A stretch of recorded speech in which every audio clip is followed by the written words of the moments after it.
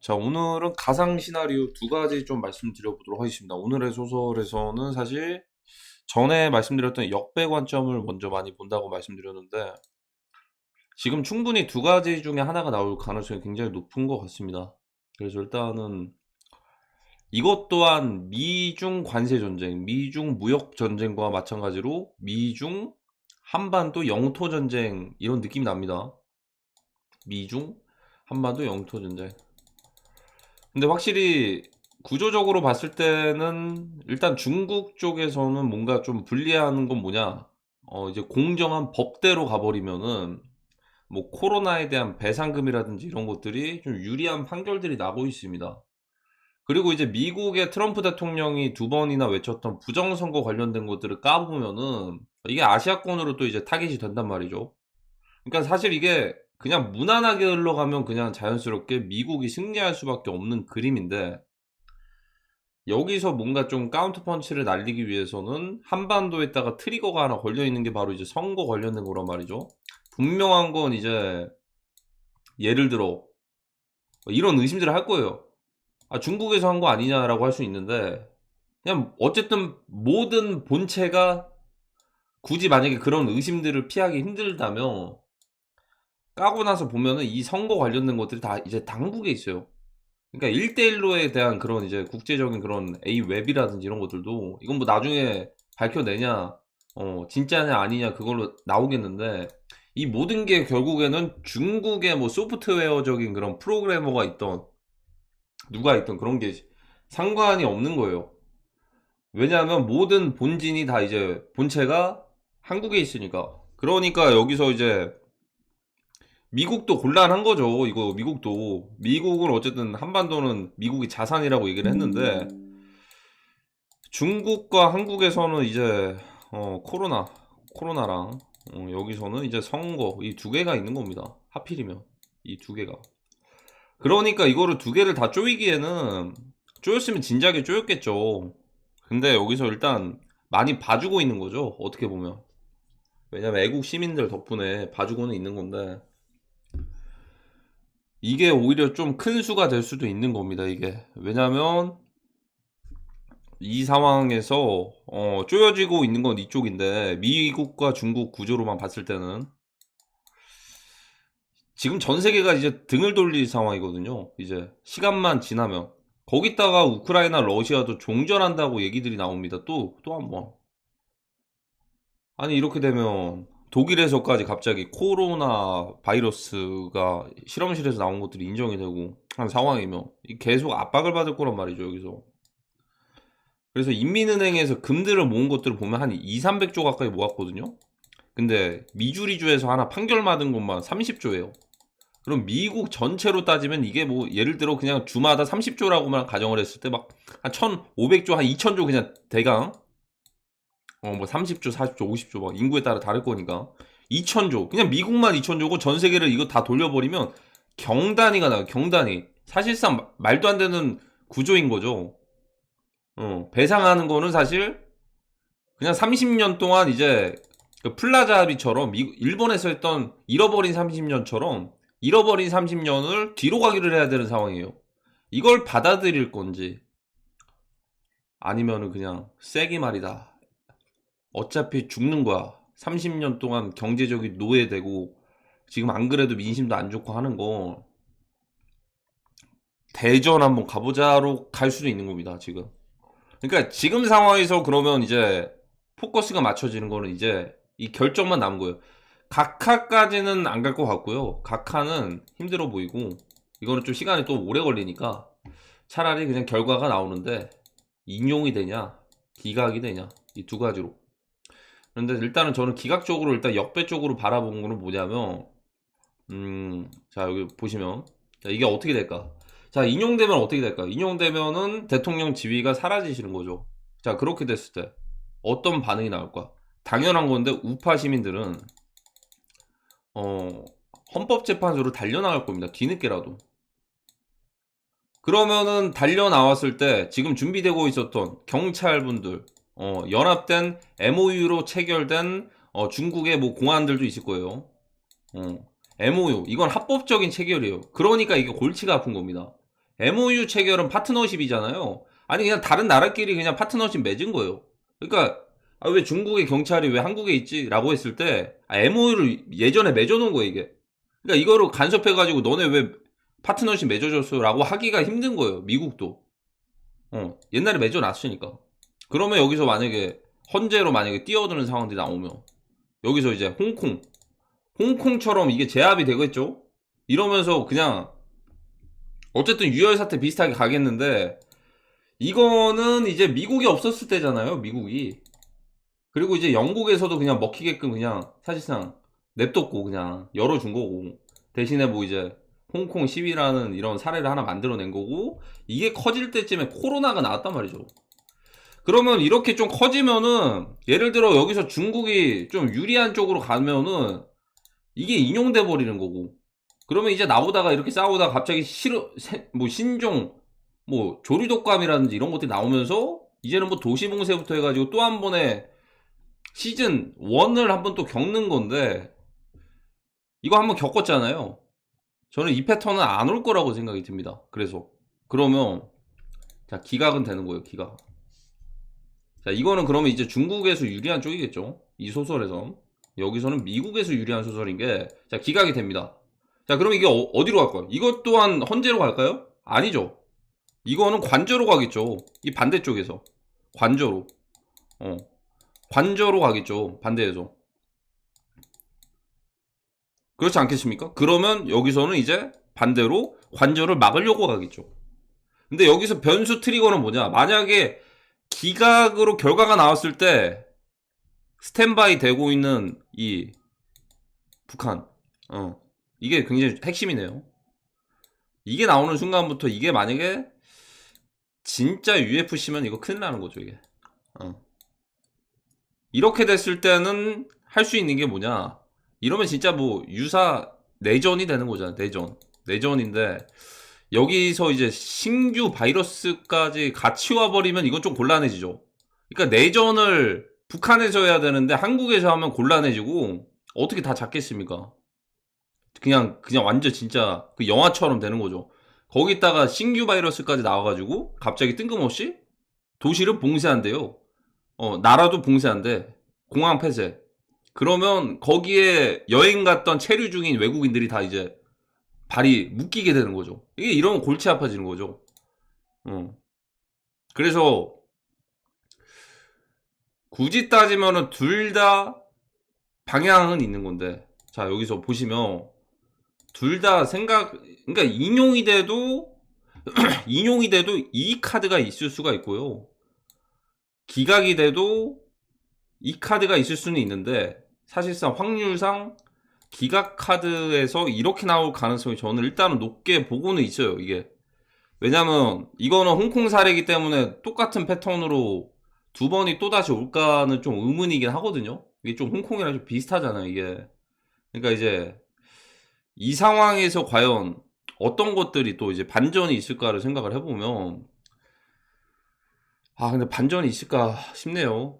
그러니까 제가 좀 그냥 막연하게 좀 기대를 했던 건 부디 그 큰형님들이 이 지구를 움직이는 그 세력들이 어떻게 보면 그냥 지지율이 올라가는 상황에서 이거를 이제 새로운 방법으로 만들어내볼까 EBS와 같이 그거를 맹목적으로 믿긴 했는데 그게 아닌 것 같아 지금 상황은. 비등비등한 것 같아요. 지지율도 그렇고 뭐 신경 안 쓰고 내 일상들 즐기는 사람들도 있을 것이고 그러면은 결국에는 봤던 그림은 아닌 거죠. 이 홍콩 이 사례 제2의 홍콩 사례는 아닌 거고 처음 본 것 같지만은 조금은 유사할 수도 있는 기각 사례로 가버리면 이거는 관저로 갔을 때 갑자기 예를 들어 뭐 2차 계엄령이다라는 인지를 느낄 수도 있는 거고 헷갈리는 거예요. 그러니까 이게 적과 악원이 구분하기 힘든 거기다가 막 예를 들어 다른 북한이나 막 이렇게 위장해가지고 들어와 버리면 이건 진짜 이거는 WWE라고 보긴 힘들긴 하겠죠. UFC겠죠, UFC. 아무리 좀 좋게 해봐도 이거 나올 거였으면 진작 나왔을 것 같고, 그러면은 UFC로 가는 거는 이미 중국에서 장악을 하고 있다라고 볼 수도 있는 건데, 이때부터 진짜 전쟁인 게 뭐냐면, 주식 같은 것들도 물어보시더라고요. 코인이랑. 그 상황 되면 그게 중요한 게 아니에요. 저희 자산들 싹 다 그냥 몰수예요, 몰수. 누가 몰수를 할까? 정부에서요? 아니죠. 만약에 잘 보세요, 한번. 우크라이나랑 러시아 싸우고 있잖아요. 그래서 러시아 침공하고 나서 일단 침공으로 가는 거예요. 일단은 침공하고 나서 서방 쪽에서 러시아 자산들이랑 미국이랑 같이 해가지고 다 제재했어요. 근데 일단 트럼프 대통령 당선되고 풀어줬죠. 근데 여기서 이제 압수한 것들을 이거를 가지고 우크라이나에다가 지원을 해줬죠. 사실상 권한이 없는 거예요. 전쟁 상황 돼버리면 저건 전쟁이니까 가능하겠죠. 자, 그럼 똑같은 사례로 여기가 중국이 있고 여기가 북한이 있고 여기 한국이 있어요. 여기 일본이 있고 미국이 있어요. 대만이 있고.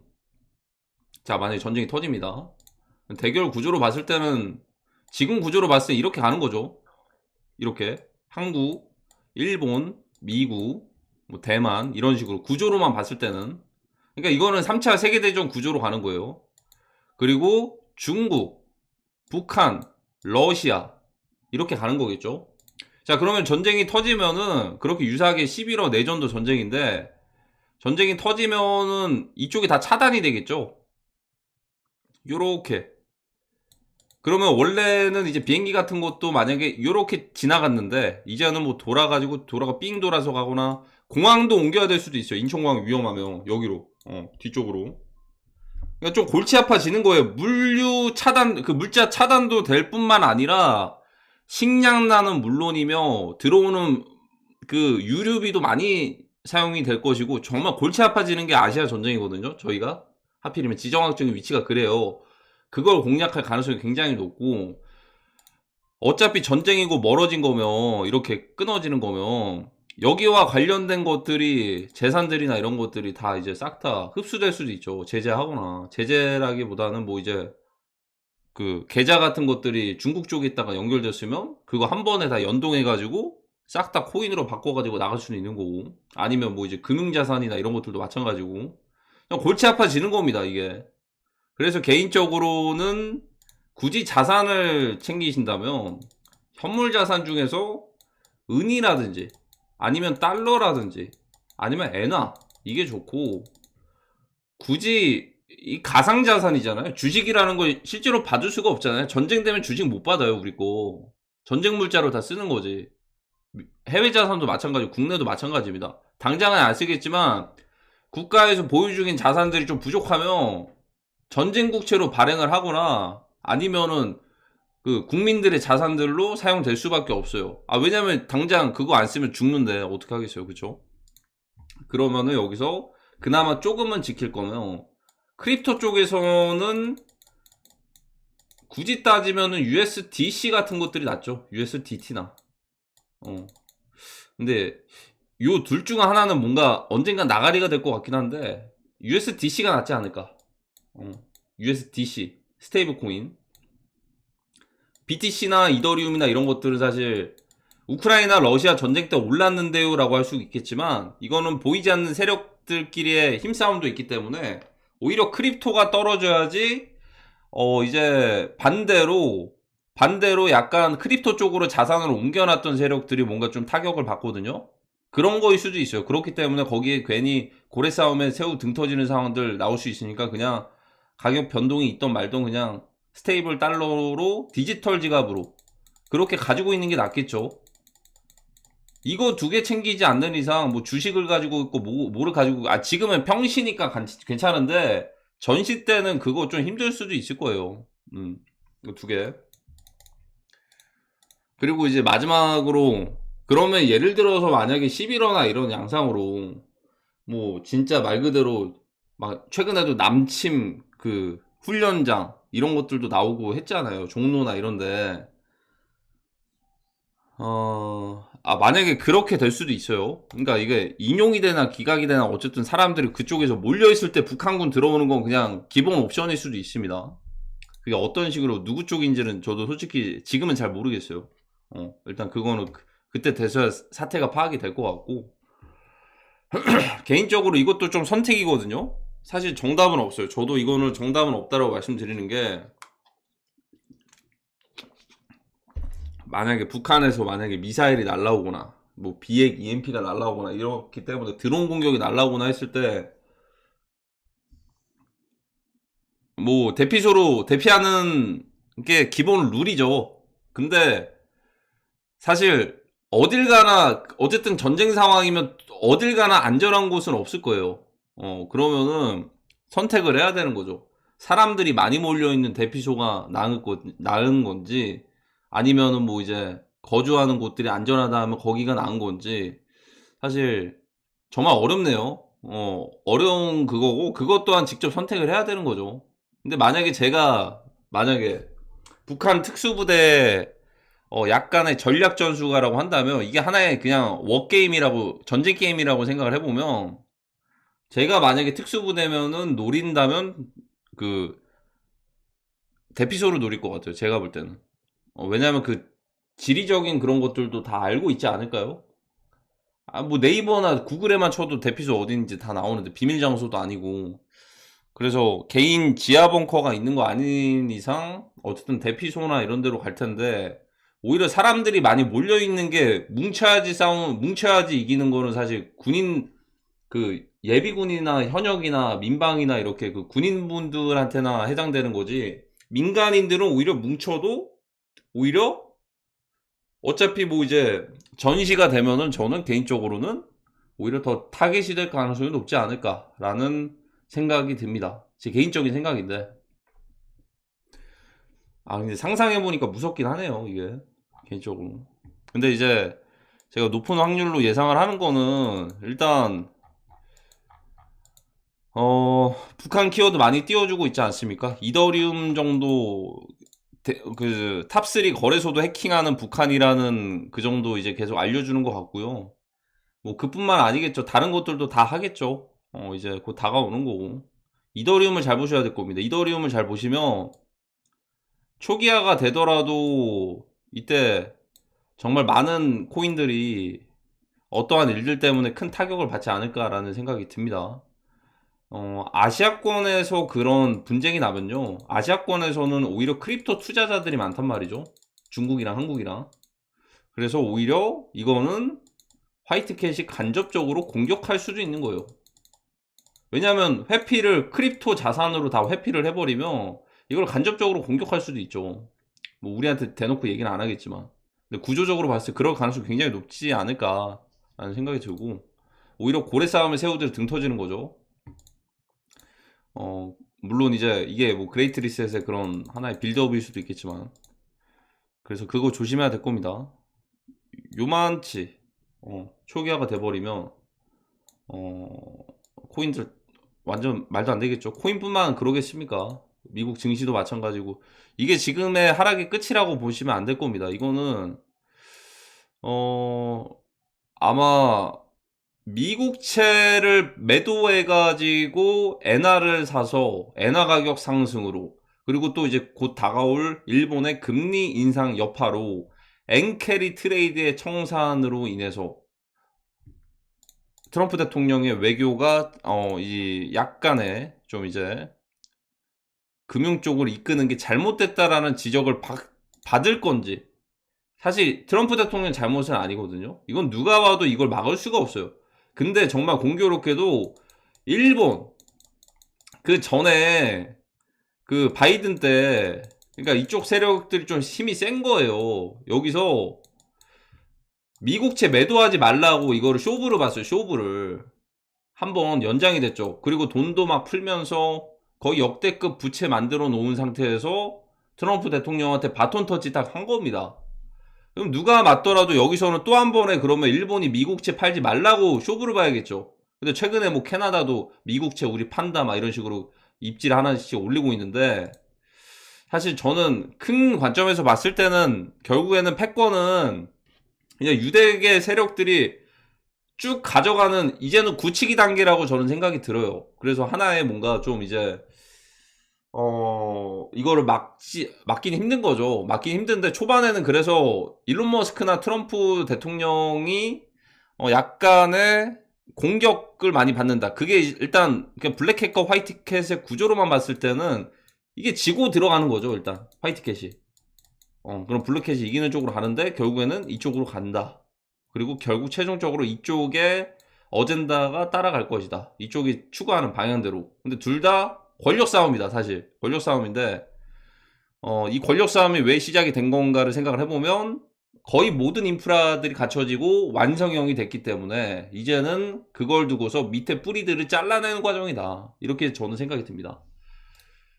그래서 이제, 이게 쇼부 보기가 힘들 건데, 그렇게 갈 건지, 트럼프 대통령이 그것 때문에 못한 걸로 갈 건지, 아니면은 뭐 자연스럽게 그냥, 아시아 전쟁으로 해서 갈 건지는 지켜봐야겠죠. 그래서, 오늘의 소설은 중요한 건 뭐냐면, 두 가지 중에 하나인데, 어쨌든 터지는 거네요. 그러니까 지금 한국이 그렇게밖에 될 수가 없어요. 지금. 아싸리 그냥 예를 들어 반대로 80%가 반대쪽이었으면은 이거는 적화통일로 가는 거고, 적화통일로 가면은 주한미군 나가라고 하면서 막 이런 식으로 갔을 건데 그건 또 안 되죠. 이게 그래도 그나마 좀 이제 5대5 정도로 끌어올린 것 같아요, 제가 볼 때는. 그렇기 때문에 이 상태에서는 어떠한 결과값이 나오더라도 서로 싸우는 상황으로 갈 수밖에 없는 게 아닌가. 그 내전이 발생하는 그 책들도 보면은 딱 비슷한 것 같아요. 저도 좀 짧게 봤었는데 약간의 5대5 비중에다가 한 곳이 물러서면은 어쩔 수가 없는 그런 상황일 때랑 뭐 이런 것들이 다 이제 맞물리는 것 같습니다. 그래서 오늘의 소설은 여기까지입니다. 이제 인용과 기각에 대해서 결과값이 어떻게 나오더라도 저희는 다음 플랜을 생각을 해야 될 겁니다. 아니 그러면 다이나믹하게 인용 안 되고 다 기각돼 버리고 복귀하셔가지고 일거의 척결 하나씩 심판하고 리스트 명단들 해가지고 그런 소설은 없나요? 사실 구조적으로 그게 불가능합니다. 이게 불가능해요. 근데 그거는 나중에 코리아 2.0일 때는 될 수가 있지 않을까. 지금 당장은 솔직히 불가능해 보입니다. 제가 볼 때는.